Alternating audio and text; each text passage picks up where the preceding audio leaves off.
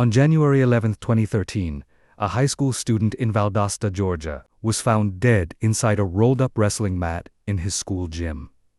At first, police said it was a tragic accident, but the more people looked, the more they realized something didn't add up. This is the story of Kendrick Chansana case that sparked national outrage, fueled conspiracy theories, and remains one of the most controversial unsolved deaths in recent American history. It was just another school day at Londy's High School. Students were returning from lunch when someone noticed something strange in the corner of the gym, where the wrestling mats were stored vertically. Peeking out from one of them were a pair of feet. Inside a rolled-up mat, upside down, was the body of 17-year-old Kendrick Johnson. He was wedged deep inside, with his arms pinned above his head. He was dead. The initial police conclusion: accidental death. Investigators said Kendrick had climbed into the mat to retrieve a pair of shoes that he'd stored at the bottom. He supposedly fell in, got stuck, and couldn't get out. They claimed he suffocated, but from the beginning, Kendrick's family didn't believe it. They said he was an athlete, smart, and flexible. There was no way he'd just fall in and not try to escape. And then came the autopsy. The state medical examiner ruled his death accidental. But his parents were not convinced. They ordered a second, independent autopsy, and what it found was shocking. Blunt force trauma to the right side of Kendrick's neck, internal bleeding, and even stranger, when the body was exhumed, it was discovered that his organs were missing. In their place, newspaper. The funeral home claimed the organs were destroyed through natural processes and discarded, but no documentation was ever provided. How could this happen? Why weren't his organs preserved for investigation? The more his family pushed, the more disturbing the case became. The school had security cameras over 30 of them in the gym, but the footage released to the public showed gaps, missing time, camera glitches.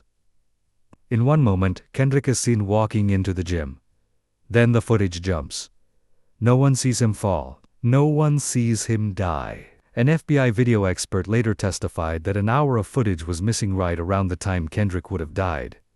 Was it a technical error, or had something been intentionally erased? Soon, eyes turned toward two brothers at the school, Brian and Brandon Bell, sons of an FBI agent. Kendrick had allegedly fought with one of them months earlier. Whispers began that they may have been involved, and that their father used his position to protect them. The Johnson family filed a lawsuit, naming 38 individual students, teachers, law enforcement accusing them of participating in a massive cover-up. The Bells denied everything. They said they hadn't seen Kendrick that day. No charges were filed against them, but public pressure was growing. Kendrick's parents refused to give up. They protested outside the courthouse. They were arrested during They even laid Kendrick's body bag at the courthouse steps in protest. In 2016, the Department of Justice closed the case, saying there wasn't enough evidence to pursue criminal charges. But in 2021, under a new sheriff, the case was reopened. Thousands of pages of new documents were reviewed, new interviews conducted. Hope returned that finally something would change. But in 2022, after over a year of investigation, the case was closed again. The official ruling, still accidental death. Online, the case became viral.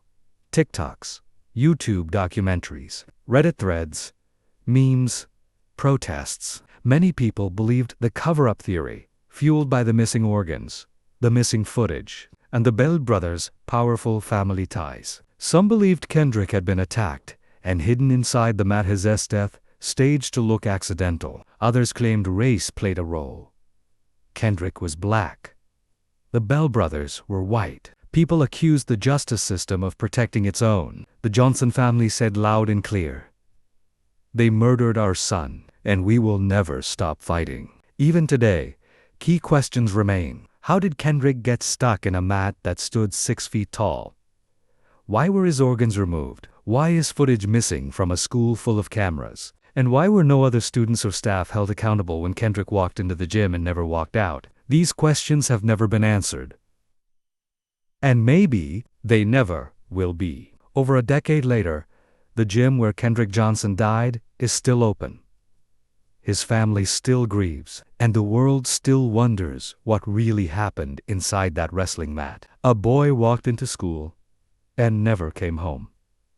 Was it an accident, or something much darker, buried deep beneath a system too powerful to question? What do you think happened to Kendrick Johnson? Share your theory in the comments. And if you want more stories like this real raw and still unsolved, you subscribe and join us every week, because sometimes the truth is buried where no one wants to look.